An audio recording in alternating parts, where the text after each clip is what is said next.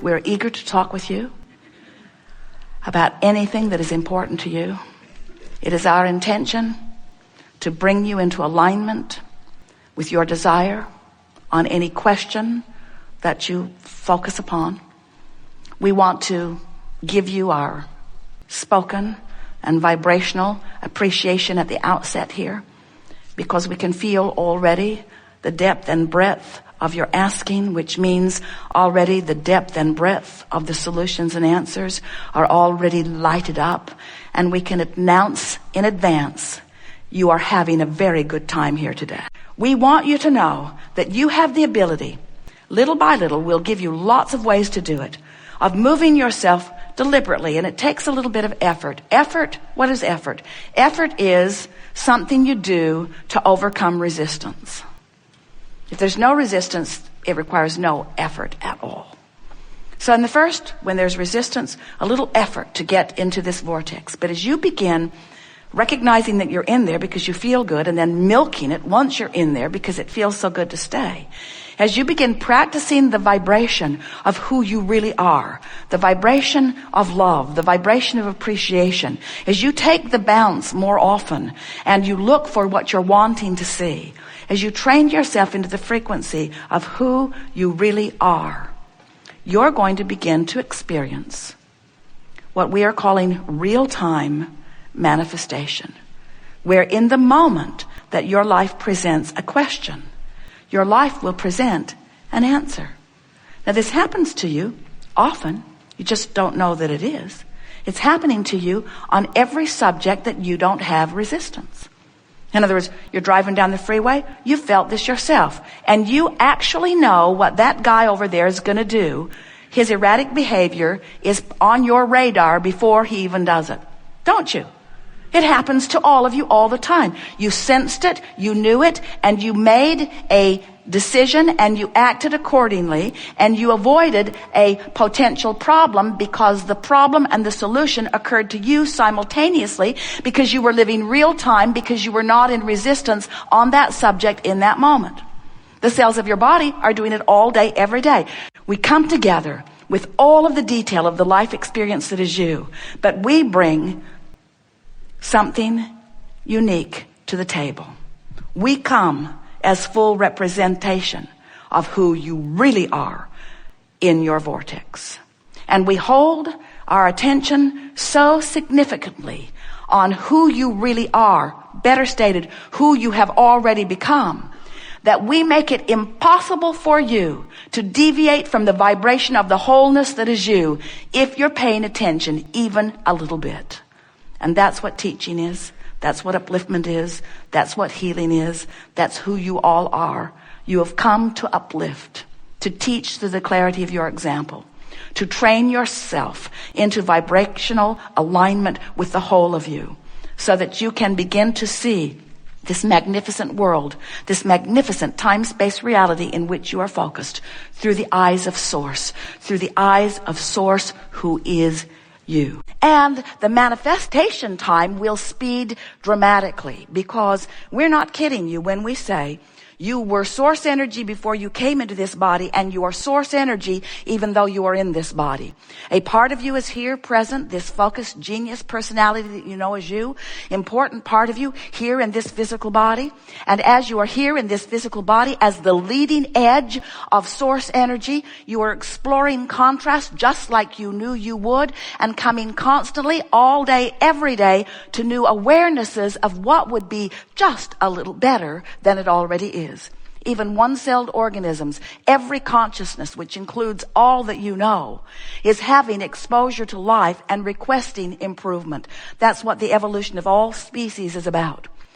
Most people who want more money, or who want a better relationship, or who want a better job, or who want a better car, or who want a better life, most people who want that want it with a flawed premise basis.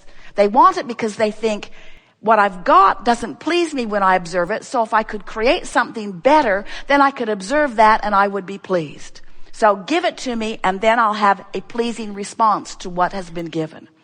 And we say, it doesn't work that way. You have to find the vibrational attitude in order to stop the resistance, in order to allow the manifestational receiving of what's already in your vortex. You have to find the vibration first. In other words, you have to have an emotional journey. Here is the important thing to understand about this vortex. This vortex is vibrational. And the vortex, as you stand outside of it, is not a place that you can see yet, or hear yet, or smell yet, or taste yet, or touch yet, because it has not evolved vibrationally to the point of that revelation to you. But it has something that you can feel. The key to your vortex is the way you feel. So as you think about your lover and you feel the elation of that, you are offering no resistance. As you think about the absence of your lover and you feel that discord, that means you are discordant to your vortex. Do you hear what we're getting at? In other words, the key to your vortex is the emotion. You can feel your way into your vortex. You feel your way in. You feel your way in. But if you need to see it and smell it and hear it and taste it and touch it before you allow yourself to feel better, you slow yourself way down. And that's where the word expectation comes in. If you can train yourself to positive expectation, to feeling good without needing the manifestation first, now you are the creator that you were born to be.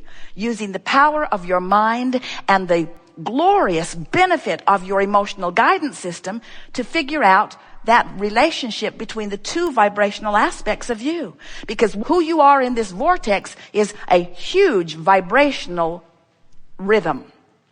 And who you are in your physical body is also a vibrational rhythm. And when doubt meets desire, it doesn't meet very well, and you feel disappointment. You have in your body right now the potential, the probability, the wherewithal to experience in great detail every horrible disease known to man and many not yet known by man. But you don't experience them because the cells of your body know what they're doing. And for the most part, even though you're negative, you're worrying and fussing about this and that and the other. You have set up a reasonable amount of resistance. Don't you think it's interesting that even though you have the best medicine ever, the scientists that are really after it, a medical system that is evolved enormously, there is more disease present on your planet today than ever before. Don't you find that interesting, at least? And we want you to understand that you have the potential, you as individuals, and the collective consciousness will follow as enough of you are understanding it.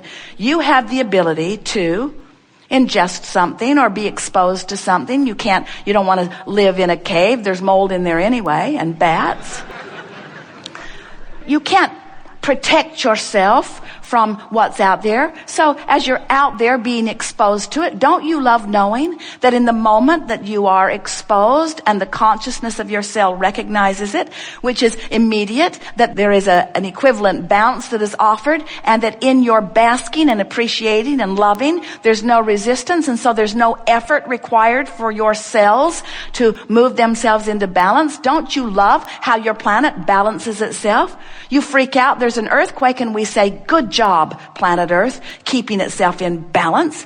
You don't have earthquakes, you don't have volcanoes, you don't have a slight shifting of the pole every now and again. You cease to be. But you do have all those things because your planet knows how to keep itself in balance. And so does your physical body. And when you get out of the way, when you are no longer harboring these ridiculous, really, by comparison, prejudices against things, when you are no longer pushing against what you do not want, and you are thinking more of what you do want, training yourself into the vibrational equivalency of who you really are, now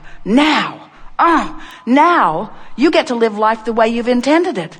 You're in that place where in your alignment, in your vortex of creation, other cooperative components who think like you and desire like you and know like you are gathered, and together you cooperatively take thought beyond that which it has been before. That's what these gatherings are, you see. The question that this gathering wants to help you ask about yourself and answer is, are you a cooperative component to what you've asked for, or Are you like most people? You're over there beating the drum of justification of why you want it. I need it. I need it because it's hard without it. I want it because I deserve it. I deserve it. And it's just wrong that I don't have it. And so when you're focused upon the absence of what you want and proclaiming your deservability while you've got that knot of contention in your stomach, you are resisting your own alignment with your own creation, and your own creation is you. The new and improved you. The you with more prosperity, the you with more vitality, the you with better balance, the you with more of whatever it is that the contrast has helped you to sort out. So as you know what you don't want, you know what you do want. And that rocket of desire emanates from you vibrationally. And here's the best part of this that you don't now know consciously, if you're like most humans, as that rocket exudes from you, this non-physical part of you who remained as non-physical energy even while you're here in this physical body, this source energy, God force part of you became the vibrational equivalent of the new request that you set forth, and holds that vibrational place marker, holds that set point, and calls you to it. Now, when you go toward it, you feel elation, you feel passion, you feel invigoration, you feel interest.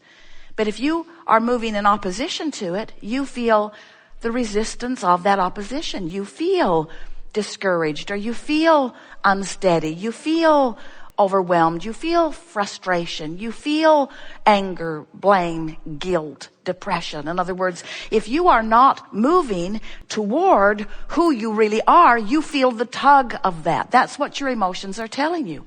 Because you know you are the creator of your own reality, but we want to say it in a more emphatic way. You are the creator of you. When desire meets hope, you're right on the edge of your vortex, and the vortex will take you right in and show you something that will make a believer out of you. Now, we want you to feel this vortex, and we know, talking to physical friends who are used to seeing and hearing and smelling and tasting and touching about this vortex that you can't see and hear and smell and taste and touch, we know it borders on what you want to call fairy tales, but we've seen your other books, and you're good with fairy tales. In other words, anyone who's trying to explain the non-physical realm to physical beings. In other words, you want to translate everything back into physical terms, and we want to help you to understand that you are the leading edge of everything that we are. You're out here as the extension of source energy. And when you stand here outside the vortex and demand that you see the culmination of what you want before you adjust your vibration, you are asking the impossible, because law of attraction is consistent always. Deliberate creating means you know you're expanding and you're making an effort to go with it. And when you do, life is full and fast and fun and delicious and invigorating. You feel the passion of your being flowing through you because you feel the fullness of who you are focused in you. To see the world through the eyes of Source, to live in this physical body in sync with the energy of who you are, and feel Source flowing through you, having the conversation in the elevator, having the conversation in the restaurant, having the conversation with your children or grandchildren, having a conversation with your lover.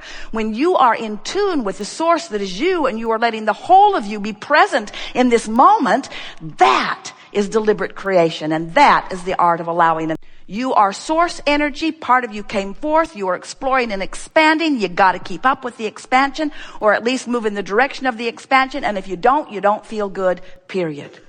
Esther said at some point along the scenario, maybe we should never ask for nice things. Maybe we should just never have nice things. Then when they drop it, we'd say, no problem. It's made out of plywood. It doesn't matter. I can make another one tomorrow. And Jerry said, I don't think that's what Abraham's going for here.